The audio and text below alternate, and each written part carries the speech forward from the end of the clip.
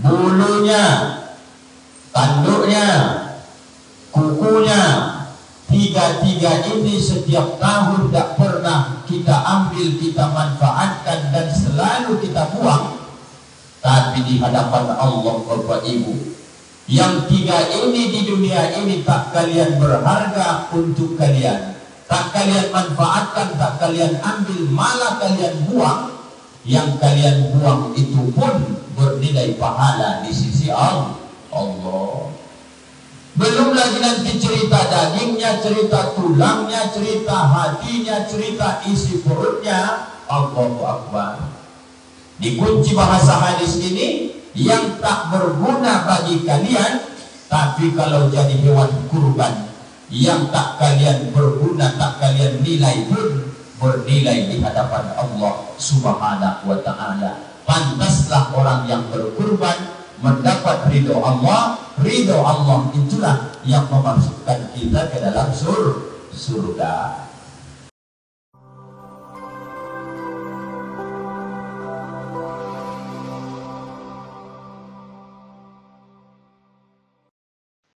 Assalamualaikum warahmatullahi wabarakatuh. Waalaikumsalam warahmatullahi wabarakatuh. Alhamdulillahi rabbil alamin alladzi ahyana ba'da ma amatana wa ilaihin nusyur. Asyhadu an la ilaha illallahul malikul haqqul mubin wa asyhadu anna Muhammadar Rasulullah shadiqul wa'dil amin. Allahumma shalli wa sallim wa barik ala sayyidina Muhammad wa ala ali sayyidina Muhammad. Assalamualaikum ya Rasulullah. Subhanaka la ilma lana illa ma 'allamtana innaka antal alimul hakim.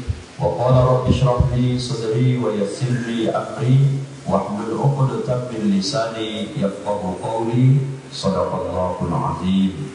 Allahumma faqihna fid din wa 'allimna at-ta'wil wahdina ila siratikal mustaqim. Amin. Walhamdulillahi rabbil alamin.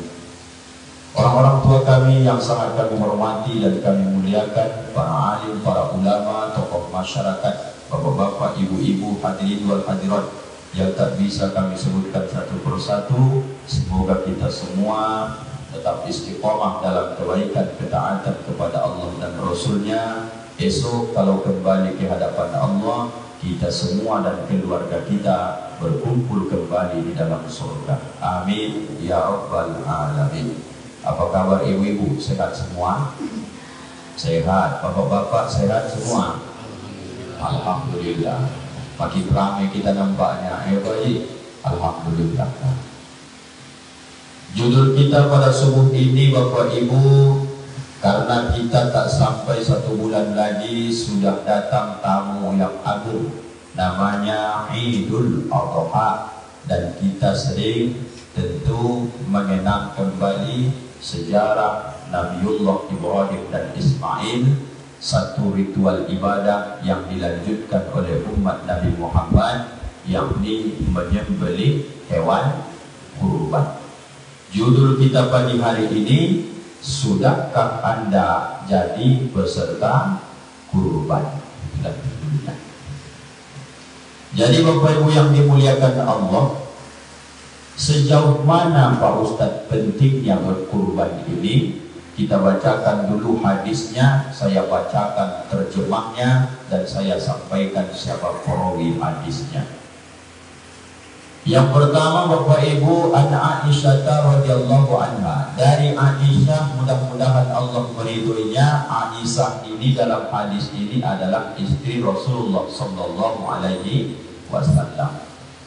Anna Rasulullah sallallahu alaihi wasallam, sesungguhnya bahwasanya Rasulullah sallallahu alaihi wasallam.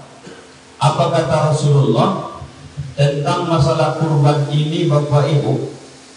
Maka ketika orang-orang Rasulullah mengatakan mau berkurban, maka besok hewan-hewan kurban ini kata Rasulullah akan didatangkan pada hari kiamat. Apakah utuh Pak Ustaz? Dikiaskanlah dalam hadis ini ada sebanyak 3 yang detail disampaikan oleh Rasulullah. Apa yang pertama disebutnya di situ Bapak Ibu? Wa ash'ariha, besok di hari kiamat hewan-hewan kurban kalian itu kata Nabi, ash'ariha, bulu-bulunya pun akan didatangkan. Kemudian yang kedua, tanduk-tanduknya pun akan didatangkan. Yang ketiga, kuku-kukunya pun akan didatangkan. Untuk apa semua itu? Menjadi persaksian bagi orang yang berkurban. Penutup hadis itu, maka sucikanlah diri kalian dengan berkurban. Hadis riwayat Imam At-Tirmizi, dan inilah menjadi landasan kajian kita pada hari ini. Pertanyaan, kalau Bapak Ibu kita melihat setiap tahun kita ritual kurban, ibadah kurban, baik yang ikut atau tak ikut berkurban, ada nggak nampak sama Bapak Ibu orang makan bulu kurban? Ada Pak Ibu? Tidak ada nampaknya. Saya pun sampai hari ini, biarpun masih muda saya, di umur sekitar 16 tahunan ini Pak, tidak ada saya tengok itu. Iya kan Bapak Ibu? Tidak ada orang mau makan bulu kurban. Tidak ada orang yang mau menyok tanduk kurban. Apakah tanduk kambing, tanduk sapi, tanduk kerbau, tanduk unta? Ada tanduk unta Pak. Seandainya ada pun tanduk unta, rasanya memang ada tanduk unta itu. Intinya apa nih Pak Ustaz? Ada nggak Bapak Ibu melihat orang pernah menyok, menggulai, memakan tanduk? Jawabnya Bapak Ibu tidak pernah. Paling-paling zaman dulu kalau di kampung kita, pernah kakek kita dulu berburu rusa di kampung. Dapat rusa ini, tanduknya itu Bapak Ibu kan macam bunga itu. Ditangkap, tidak pernah saya tengok dimakannya. Tapi begitu tengkorak kepala itu dibersihkan, diawet, kemudian dipajangnya di atas pintu itu. Untuk apa Pak Ustaz? Gantungan peci kalau di kampung kami dulu. Itu cuma gunanya. Tidak ada intinya orang yang makan tanduk Bapak Ibu. Ada orang Bapak Ibu menengok yang makan kuku. Tahu Bapak Ibu kuku kan?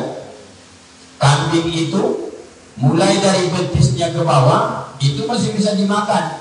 Tapi kalau yang hitam paling bawah itu tak ada sejarahnya, serakus-rakusnya manusia mau makan menyok itu Bapak Ibu.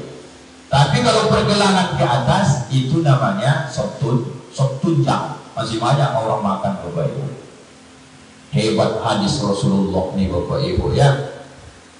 Bulunya, tanduknya, kukunya, tiga-tiga ini setiap tahun tidak pernah kita ambil, kita manfaatkan dan selalu kita buang.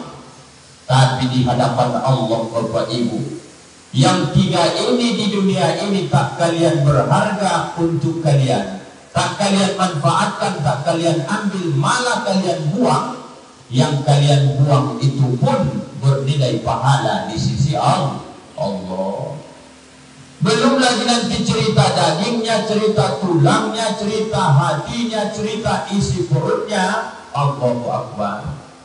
Di kunci bahasa hadis ini, yang tak berguna bagi kalian, tapi kalau jadi hewan kurban, yang tak kalian berguna, tak kalian nilai pun bernilai di hadapan Allah Subhanahu wa ta'ala. Pantaslah orang yang berkurban mendapat ridho Allah. Ridho Allah itulah yang memasukkan kita ke dalam surga. Kita tambah hadisnya satu lagi supaya ikut Bapak Ibu semua berkurban. Wa ash'ariha, bulu-bulu kurban itu akan datang besok kata Nabi di hari kiamat. Hadis riwayat Imam At-Tirmizi. Ditambah dengan hadis Ibnu Majah. Wa ash'ariha, masalah bulu ini Pak, maka sesungguhnya dalam satu bulu itu kata Rasulullah, maka kemudian dibalas Allah dengan satu kebaikan. Dekatkan pahamnya begini Pak. Pagi ini pulang kita nanti mengaji kajian subuh ini, Bapak yang punya kambing atau yang punya lembu atau nggak punya tapi hanya sekedar ingin menambah ilmu, pergi bapak nanti jam-jam 7 ke Trangkol. Di sana banyak kambing, banyak juga lembu. Minta izin sama yang punya. Untuk apa nih Pak Ustadz? Mempraktikkan hadis Nabi ini supaya motivasi ikut awak berkurban. Setelah aku jumpa Pak Ustadz kambing atau sapi ini, mau ku apain Pak Ustadz? Coba bapak basahkan tangan bapak ke air, angkat, kemudian bapak ibu tempelkan di perut atau di bagian manapun dari kambing atau sapi itu. Wah, tempelkan, jangan kuat kali, pelan aja, tempel. Sudah ditempel, tangan ini tadi basah. Setelah basah tadi ditempel agak lama sedikit, tarik balik. Ngecap, ada nggak bekas tangan jari jemari kita di padang kambing atau sapi di bapak ibu? Ada. Maka kemudian setelah diangkat, wa ash'ariha, rambutnya kata Nabi, coba bapak ibu hitung berapakah jumlah rambut yang menempel di tangan bapak ibu setelah ditempelkan ke sapi ke kambing tadi? Bisa nggak bapak hitung? Jawabnya bisa. Berapa jumlahnya Pak Ustaz? Wallahu a'lam. Tapi ini luar biasa banyaknya. Kata Nabi, bukan hanya sekedar bapak ibu yang dihitung itu bulu ekornya, bukan hanya bulu telinganya, bukan hanya bulu kepalanya, tapi seutuhnya bulu hewan kurban. Setiap satu bulu itu bapak ibu, rambut kurban itu dibalas Allah dengan satu kebaikan.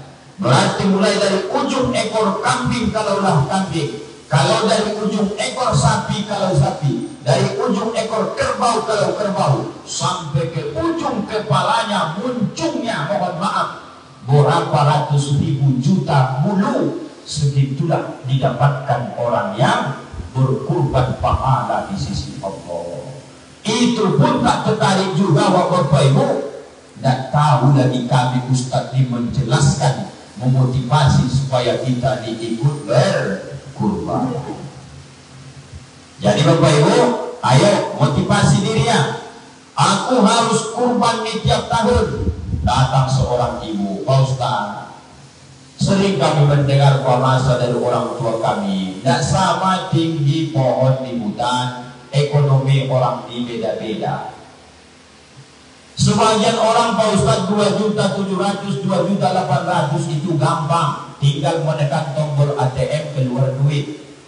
Bagi sebagian orang butuh waktu menabung dulu baru ada.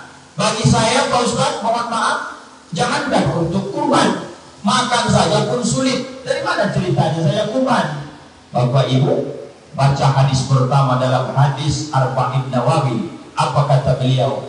Innamal a'malu binniyat. Sesungguhnya segala sesuatu pekerjaan itu disertai dengan niat. Wa innamal likulli imri'in ma nawa.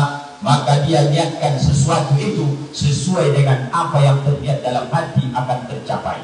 Maksudnya gimana Pak Ustaz? Berhasilnya suatu pekerjaan diawali dengan niat.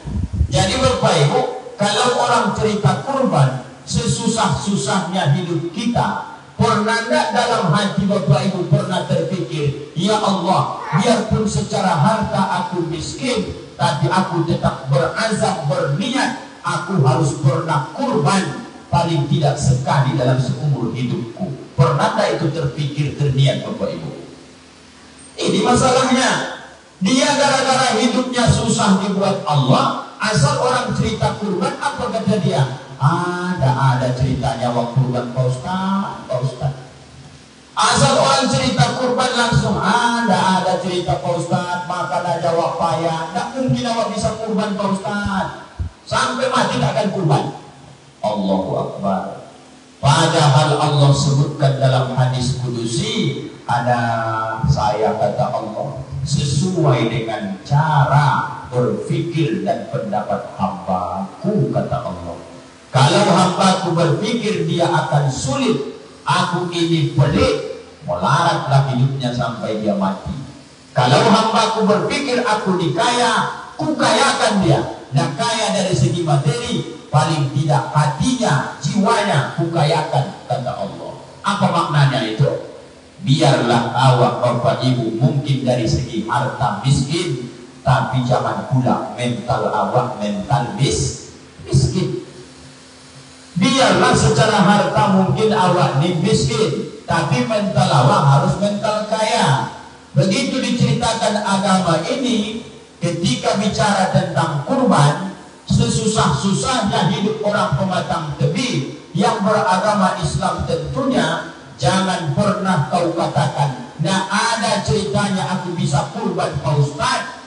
Itu omongan orang yang putus rahmat dari Allah.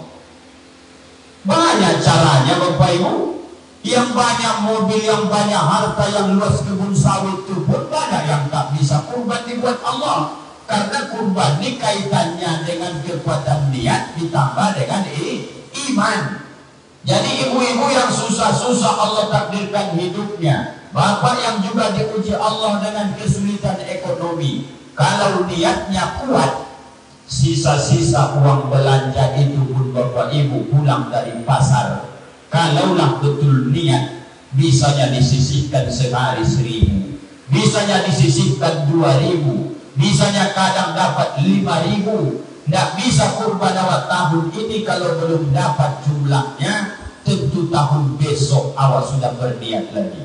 Tahun besok belum lagi Pak Ustaz dapat jumlahnya, tahun besoknya lagi. Paling tidak panjang umur kita Bapak Ibu, sekali awak berkurban seumur hidup, jadilah daripada tak pernah niat berkurban sama sekali.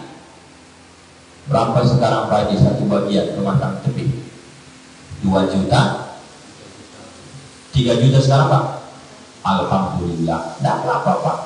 Yang penting 3 juta ini senantiasa dikumpulkan beserta kurban, dimusyawarahkan dengan baik, transparan, karena ini ibadah yang dititipkan ke panitia supaya disampaikan nanti ibadah ini kepada Allah Subhanahu wa Ta'ala. Tidak apa-apa. 3.500.000 pun kalau itu kesepakatan, tidak apa-apa. Yang penting yang terbaik kita lakukan Bapak Ibu.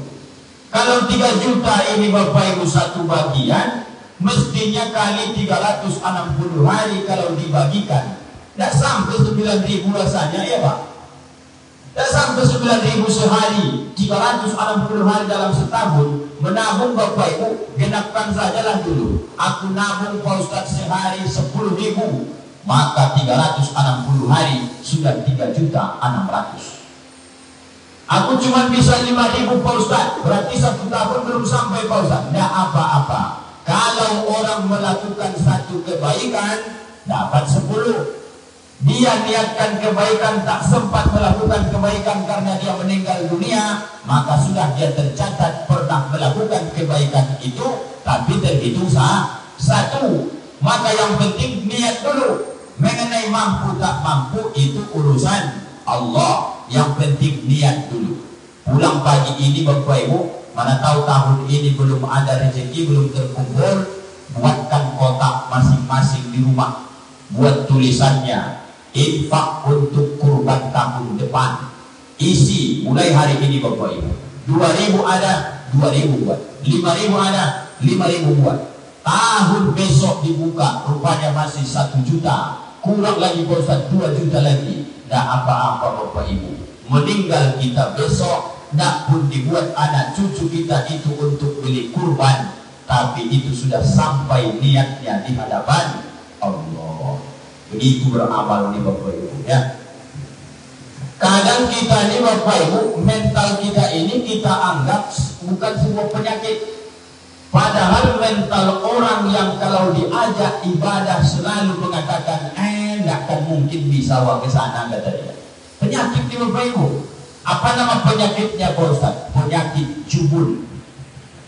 Ada doa diajarkan Nabi kepada Abu Umamah, Allahumma inni a'udzubika minal ajazi wal kasal, wa a'udzubika minal jubuli wal bukhul, wa a'udzubika min ghalabatid daini wa qahrir rijal.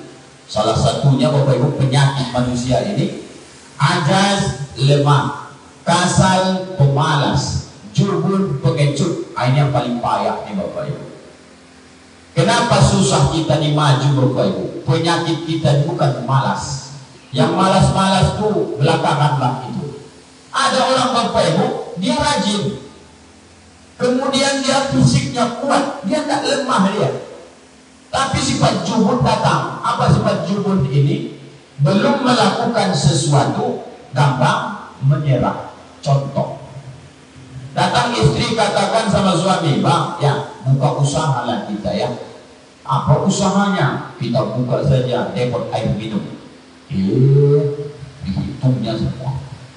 Untuk beli mesinnya udah puluhan juta, beli galonnya sekian juta, beli mobil operasionalnya sekian puluh juta.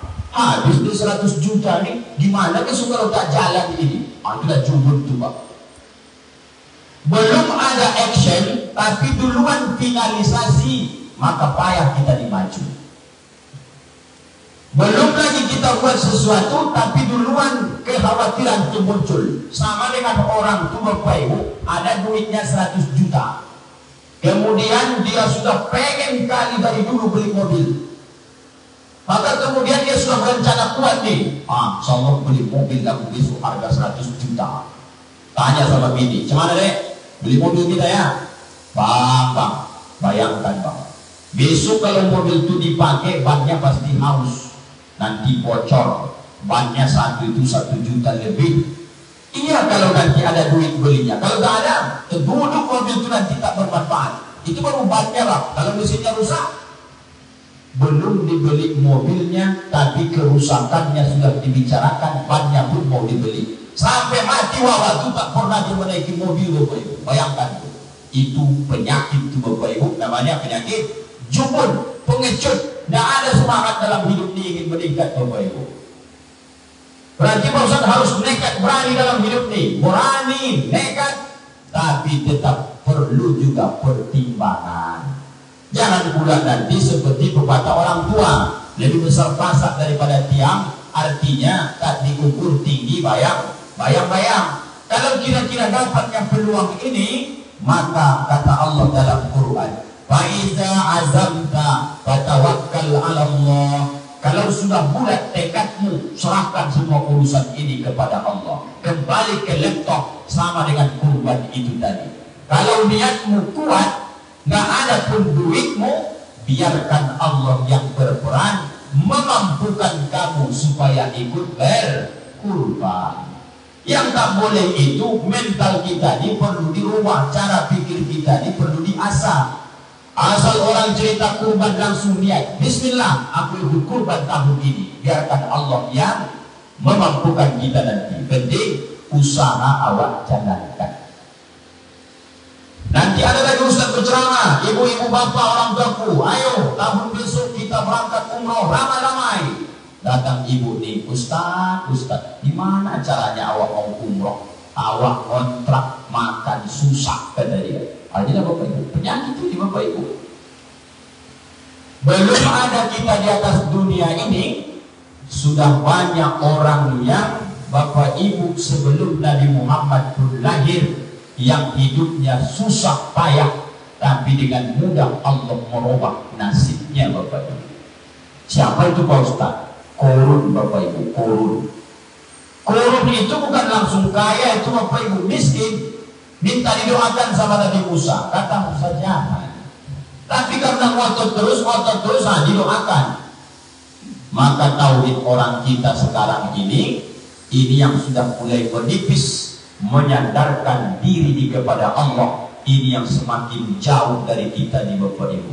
Padahal bagi yang masih yasinan setiap malam Jumat, Bapak yang kalau wirid datang kemudian membaca innama amruhu idza arada syai'an ayyaqula lahu kun fayakun. Pegangi ini Bapak Ibu, pegangi ini kalimat ini.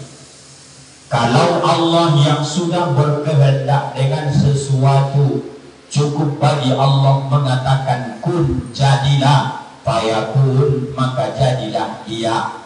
Tidak ada yang sulit bagi Allah itu Bapak Ibu merubah nasib kita ini, tapi tergantung cara dan pola berpikir kita masing-masing. Kalau pikiran kita ini sempit, kau katakan Allah itu batil, pelit, nggak mampu merubah nasibmu, memang sampai mati pun takkan merubah nasib awak di bawah ini.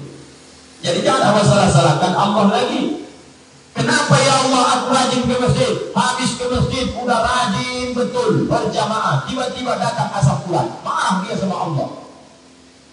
Orang yang tak pernah ke masjid sehat-sehat kau buat ya Allah. Aku rajin ke masjid kena asam urat ya Allah. Apa ya Allah dia kata dia? Bukankah kalau kita jernihkan pikiran kita, Allah itu melihat sesuai dengan kadar kemampuanmu? Kenapa Allah kirimkan asam urat itu? Karena pertama Bapak Ibu, ahasiban nasu ayyutraku ayyaqulu amanna wa hum la yuftanun. Tidak akan aku biarkan mereka itu mengatakan kami beriman sebelum kuuji, kata Allah.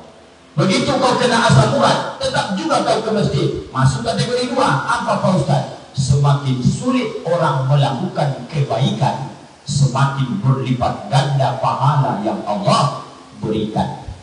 Usahaku ini 35 tahun sebenarnya Bapak Ibu umur saya. Insya Allah sehat badan, masih muda. Kesini pun saya ada fasilitas mobil, kemudian saya tak kena angin, tak kena debu, saya pasang AC, tenang, bisa saya kajian. Bagi orang tuaku Bapak Ibu yang sudah 50-60 tahun ke atas, jalan ke sini pun tadi payahnya minta ampun. Kaki ini kalau tak direndam duluan di rumah tak bisa bergerak. Apa sebab? Asam uratnya udah tinggi kali.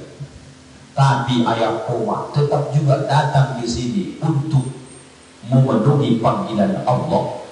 Samakah pahala yang Bapak Ibu dapatkan dengan saya? Makin sulit kita melakukan kebaikan itu, tetap kita lakukan, tidak sama dibuat Allah pahala kita hari ini Bapak Ibu. Berarti Pak Ustaz kita doakan, ya Allah sulitkan aku melakukan kebaikan. Boleh itu Bapak Ibu? Jangan doakan. Tapi ketika datang itu masanya Bapak Ibu, usahakan kunti mau berangkat kajian, tiba-tiba Bapak Ibu kata ngantuk, masuk paret mobil itu. Kemudian saya ngomong, ya Allah, aku ini mau kajian subuh, kok bisa masuk paret mobilku? Kenapa kau jaga aku? Kalau nafsu berkata, dia akan buruk sangka sama Allah. Kalau iman berkata, apa kata dia? Maka ketika engkau sedang diuji biarpun tujuanmu baik, mobilmu masuk paret, tetap berangkat juga kau kajian. Di saat itulah Allah melihat hati ini, ridho enggak dengan ketetapan Allah sekalipun kau berada dalam kebaikan. Itu namanya ujian mau naik kelas Bapak Ibu. Jadi pola pikir kita ini perlu dirubah. Jangan Bapak Ibu berpikir asal rajin ke masjid sehat terus. Kena asam urat juga itu Pak. Yakinlah Pak. Asal sudah rajin ke masjid kemudian tak pernah lagi kena kolesterol. Kalau itu yang cocok kata Allah, kena kolesterol juga itu Bapak Ibu. Tapi semakin Bapak Ibu lemah fisik dibuat Allah, semakin tetap lakukan kebaikan itu, maka saat itu sedang Allah lipat gandakan pahala itu. Bapak Ibu yang mampu ada duit dengan mudah 3 juta ikut kurban, beda dengan orang yang mohon maaf menabung bertahun-tahun 2.000, 5.000 rupiah barulah ikut kurban. Bertahun-tahun dia kumpulkan duitnya baru bisa dia kurban. Berbeda Bapak Ibu pahalanya dengan orang yang begitu masa datang kurban tinggal bayar. Bedalah dengan perjuangan yang Bapak Ibu buat bertahun-tahun menabung untuk kurban. Intinya apa Pak Ustaz ceramah? Jangan Bapak Ibu bermental miskin asal sudah diceritakan masalah kurban Bapak Ibu. Apa judul kita tadi? Sudahkah Bapak Ibu menjadi peserta kurban? Pastikan diri kita dulu. Bagaimana Pak Ustaz, aku duit hanya 2.700.000, tinggal sedikit lagi nambah baru 3 juta. Caranya, daftarkan diri Bapak dan niatkan untuk semua anggota keluarga. Bisa begitu Pak Ustaz? Bisa Bapak Ibu. Ada Ada hadisnya Pak Ustaz, ada Bapak Ibu. Nabi pun pernah menyembelih seekor domba, kemudian dia niatkan ini kurban Muhammad dan untuk keluarga Muhammad. Kalau mampu hanya satu bagian, langsung Bapak berniat ini untuk kurbanku dan untuk semua keluargaku. Biarpun secara syariat kurbanmu satu, pahalanya anak istri pun dapat pahala kurban Bapak Ibu. Itulah beda orang yang mengaji dengan orang yang tak mengaji. Sekarang kurban itu yang paling bagus gimana Pak Ustaz? Bukan jenisnya yang saya ceritakan, tapi level keunggulan. Bapak-bapak, ibu-ibu, orang tuaku, keluargaku, yang sudah Allah berikan kita rezeki, punya kebun sawit, punya rumah kontrakan, punya ruko, banyak penghasilan, nikmat Allah dia berikan sama kita. Minta tolong Pak, buktikan ucapan terima kasihmu sama Allah terhadap nikmat harta yang banyak ini. Jangan lagi Bapak Ibu yang banyak-banyak duit ikut kurbannya dengan kelompok-kelompok, satu sapi 7 orang. Jadi maksud Ustaz gimana? Buktikan bahwa kau syukur sama Allah, duitmu banyak, belikan sapi satu untuk dirimu. Baru mantap Pak. Binimu belikan satu, anakmu belikan satu. Pernah dibuat Nabi begitu Pak Ustaz. Dalam hadisnya, Nabi Bapak Ibu pernah berkorban sebanyak 100 ekor unta. Maka Nabi pernah menyembelihnya sampai 63 dan kemudian dilanjutkan menantunya Sayyidina Ali. Apa artinya? Berkurban Bapak Ibu, nggak adanya jumlah batasannya, tapi mental kita sudah lama terasah. Asal nanti dia berkurban ikut kelompok, padahal duitnya banyak, udah paten kali dosa dia kalau kata orang Medannya. Belum paten tuh Pak. Kalau kau sering mengatakan aku nih kaya, aku nih banyak duit, nggak main lagi Pak kalau kurban awak 1 ekor lembu ber7 ikut kelompok. Jadi Pak Ustaz, kalau mampu Bapak beli 10 ekor sapi, antarkan besok ke Masjid Al-Istiqomah. Kau bilang sama panitia, ini 10 ekor nih kurban saya. Pak, 10 ekor dikali 7 bisa 70 orang Pak. Nah, sendiri saya, atas nama saya. Allahu Akbar. Barulah 2 jempol orang seperti ini. Itulah yang hakikatnya kaya di hadapan Allah, pandai bersyukur atas nikmat Allah. Bagi yang banyak-banyak duit, yang sudah banyak menerima nikmat dari Allah. Sekarang Bapak Ibu rasanya kita orang ujung batu ini kalau cerita kurban 3 juta, kami di Al-Hidayah 2.800.000, di Al-Kubron mungkin beda lagi, artinya kita dilawat 3 juta. Setahunnya Bapak Ibu sekali. Motor di rumah kita 3 biji. Rata-rata ada motor kita sekarang. Nggak kenal tipe lagi Pak Ustaz sekarang. Sudah biasa sama orang sekarang ujung batu ini kalau emek udah kecil sama mereka.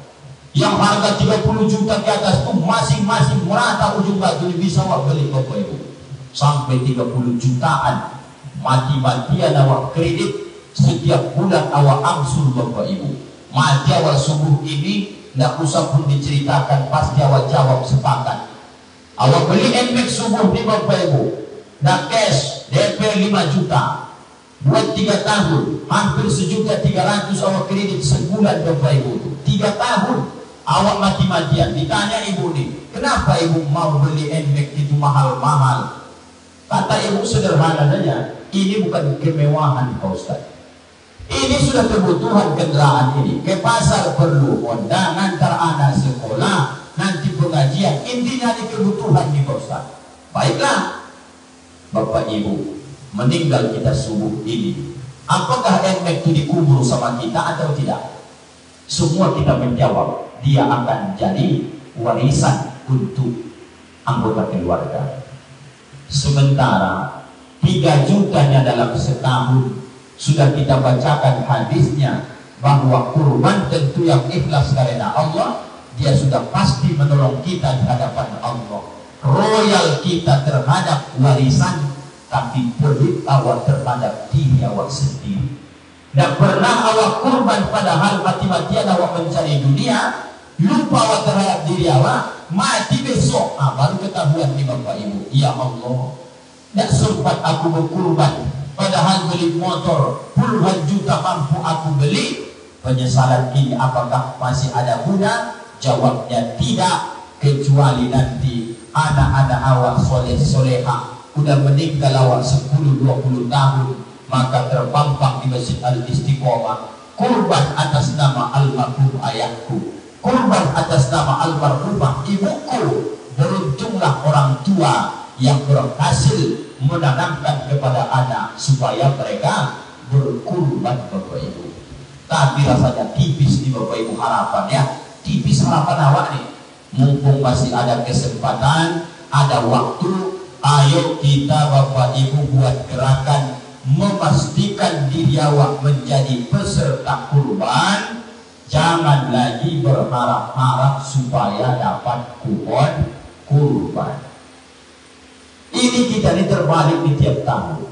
Asal nggak dapat kupon kurban nanti mengamuk. Asal nggak dapat kupon kurban kawan sebelah dapat 2, dia dapat 1 cuman mengamuk. Aku besar rumahku dekat masjid, aku rajin ke masjid, masa aku tak dapat sekilo pun, kata dia. Bersyukurlah Bang, bersyukurlah Bu. Sama itu dengan zakat fitrah juga, tak dapat tawa, jangan marah, syukurkan. Berarti ya Allah, sudah kau mampukan aku dalam kehidupan ini. Dan dapat daging kurban, dan dapat kurban, jangan marah, syukurkan ya Allah. Berarti aku lebih banyak bisa memberi ke orang lain. Kalau masalah makan daging, sesehat-sehatnya kita, paling enak Pak Haji makan daging ini cuma 3 kali saja. Begitu dipotong hewan kurban ini, hari ini makan rendang, nanti siang makan sop, nanti malam makan rendang balik, besok pagi Pak tidak mau makan daging dulu. Apa yang diharapkan dari situ Pak? Tapi masih ada masyarakat kita ini selalu berpikir bangga mendapatkan kupon kurban, tapi tak pernah resah, tidak pernah jadi peserta kurban.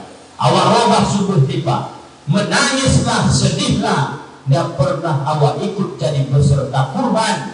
Kalaupun tak dapat kupon kurban, tidak ada masalah tuh Bapak Ibu. Pagi ini tidak usah pun masih nuansa masuk kurban, berangkat awak ke pasar, habis subuh nih sudah ada di sana Bapak Ibu daging, bawa duit 50.000, beli di sana, masuk ke rumah, sop, rendang, makan sendiri, tenang sampai kenyang sendiri. Kalau cerita masalah makan daging Bapak Ibu, tapi jangan salah Bapak Ibu, adanya masyarakat kita ini tinggal tak sampai sebulan lagi mau Idul Adha nih Pak. Daging kurban tahun semalam pun masih ada di kulkasnya sampai sekarang nih Bapak Ibu. Saking rakusnya itu Bapak Ibu, sampai lupa dia. Karena sudah ditutup sama salju kulkas itu di freezer itu. Begitu masuk daging kurban tahun ini besok baru heran dia, dicongkel-congkelnya. Allah Akbar kata dia. Masih di situ satu lagi kakinya tinggal menyepak saja itu Bapak Ibu. Jangan kita seperti itu Bapak Ibu ya. Kapan lagi awak Bapak Ibu penutup kajian kita ini? Kalau kami orang Medannya simpelnya Pak. Saya ini Pak, kalau mengundang masyarakat Ujung Batu ini, terutama daerah Jamaah Al-Hidayah, tidak ada duitku ngasih jamaah itu makan Pak. Kapan lagi saudara-saudaraku ini memakan hasil pencarian, bahasa kasarnya duitku, ikut aku kurban tahun ini Pak. Maka tentu daging ini akan terpisah-terpisah. Mungkin Pak Haji makan sedikit, mungkin Ibu makan sedikit.